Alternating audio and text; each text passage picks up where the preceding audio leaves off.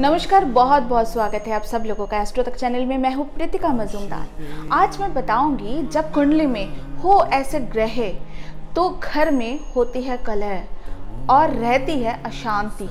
तो हम जानते हैं कौन सी ग्रह जो है घर में अशांति बना के रखते हैं। चलिए हम जानते हैं। चंद्रमा के साथ शनि राहु बैठ गया तो जातक जो है वो पीड़ित हो जाते हैं, जिस कारण मन दुखी रहता है। ऐसे जातक में निर्णय लेने की क्षमता कम रहती है। इनका जीवन में विवादों से घिरा हुआ होता है और ऐसे जातक को जो ये योग बना जो जातक होता है वो दरिद्रों का एक योग रहते हैं। उनके जो है दरिद्रता जो है वो नहीं जाते। इसीलिए कुंडली को अच्छे से कोई अच्छे ज्योतिष के दिखाना चाहिए। ग्रहण योग से होने वाली ये जो है किसी के अगर ग्रहण दोष से होने वाली कोई भी आपका दोष हो तो कुंडली के किसी भी स्थिति का जिम्मेदार वो होती है। कुंडली में कभी कहीं भी सूर्य और चंद्रों की युति राहु केतु से हो तो ये दोष का निर्माण करते हैं। अक्सर कुछ घर, ऑफिस और अन्य जो कार्यस्थल है उसमें तनाव का एक माहौल बना रहता है। घर के जो मेंबर्स है उसमें लड़ाई झगड़ा होते रहते हैं अक्सर।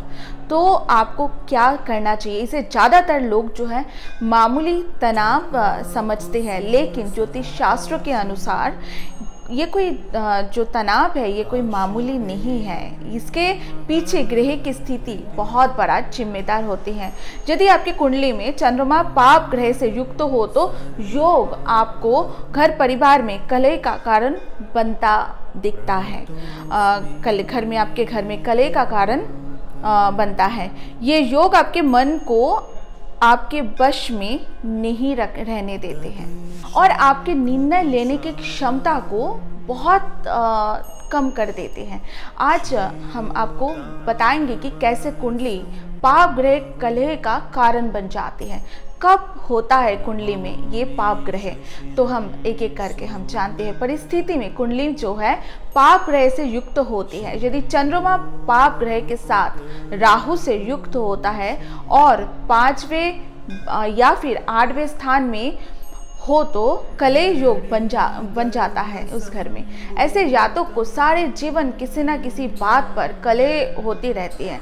चंद्रमा में जब शनि, मंगल और राहु एक साथ आ जाता है, चंद्रमा के साथ शनि, मंगल और राहु जब एक साथ आ जाता है तब भी कलह का योग जो है वो बनता है। तो कुंडली के पाप ग्रह की स्थिति जो है पाप ग्रह की स्थिति की राजयोग या पाप योग के कारक है। मतलब कुंडली में जो कुछ योग बनाते हैं, कुछ ग्रह जो है वो पाप ग्रह पाप योग बनाते हैं और कुछ ग्रह जो है वो राजयोग बनाते हैं।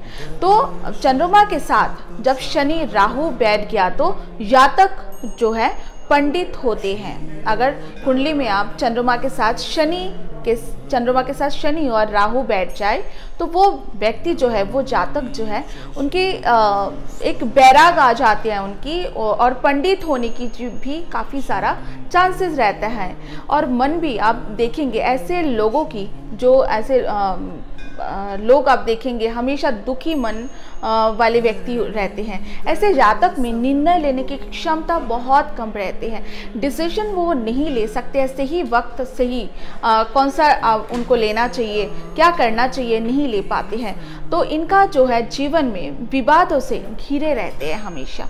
तो ये जो है आपको जातक को दरिद्र बनाते हैं। इसीलिए कुंडली को अच्छे ज्योतिष से आपको दिखाना चाहिए। जब कुंडली में लग्न में चंद्रमा से चारों स्थान आपका खाली है तो ये दरिद्र योग होता है। जब कुंडली में आपका लगन में चंद्रमा से चारों स्थान खाली है तो ये दरिद्र योग बनाते हैं। चंद्रमा योग से होने वाली ये जो है आपको, जो मैंने आपको बताया, कुंडली में ऐसी स्थिति अगर आपका बना रहता है तो इसके इस सिचुएशन का जिम्मेदार होता है, क्योंकि ये जो कलह क्लेश का जिम्मेदार ऐसे ग्रह जो जब साथ बैठता है चंद्रमा के साथ, राहु केतु इस तरह की ग्रह जब साथ बैठता है तो बहुत ज़्यादा प्रॉब्लम क्रिएट करते हैं। आखिरकार जो है कुंडली में कहीं भी सूर्य और चंद्रमा की युति राहु और केतु से ही हो तो भी दोष का निर्माण होता है। चंद्र ग्रहण योग होने पर जातक के स्वभाव में घबराहट और चिड़चिड़ापन रहते हैं और माँ के सुख में कमी आती है। अगर ऐसे जातक होता है, अगर जिस जातक की चंद्रमा के साथ आप राहु और केतु की युति रहते हैं उनकी चार्ट में, तो भी आप देखेंगे ऐसे जातक चंद्रमा की युति राहु केतु से हो तो इस दोष का निर्माण होता है। चंद्र ग्रहण योग होने पर आप जातक के स्वभाव चिड़चिड़ा रहते हैं और माँ के सुख में, ऐसे जातक की माँ की सुख में कमी आती है और कोई भी काम पूरा नहीं होते हैं। ऐसे जातक की हर काम में अरंगा आते रहते हैं, कुछ ना कुछ पूरे जिंदगी में, पूरे लाइफ में कुछ ना कुछ परेशानी बार बार आते रहते हैं, कुछ ना कुछ पूरी जिंदगी कभी भी सुखी नहीं रह सकता है। तो आप लोग कभी भी आपका अगर दिखाना है, आपका चार्ट दिखाना है तो किसी यज्ञ पंडित के पास आपको जाना चाहिए और आपको डेट ऑफ बर्थ दिखाना चाहिए। उनके हिसाब से ही आपको जो टोटका या फिर रेमेडी आपको करना चाहिए। चलिए आज तो इतना ही, फिर आप लोगों के सामने और भी बातें लेके और पूजा पाठ साधना लेके हाजिर हो जाऊंगी। जब तक मुझे इजाज़त दीजिए, सब्सक्राइब कीजिए एस्ट्रो तक चैनल को। नमस्कार।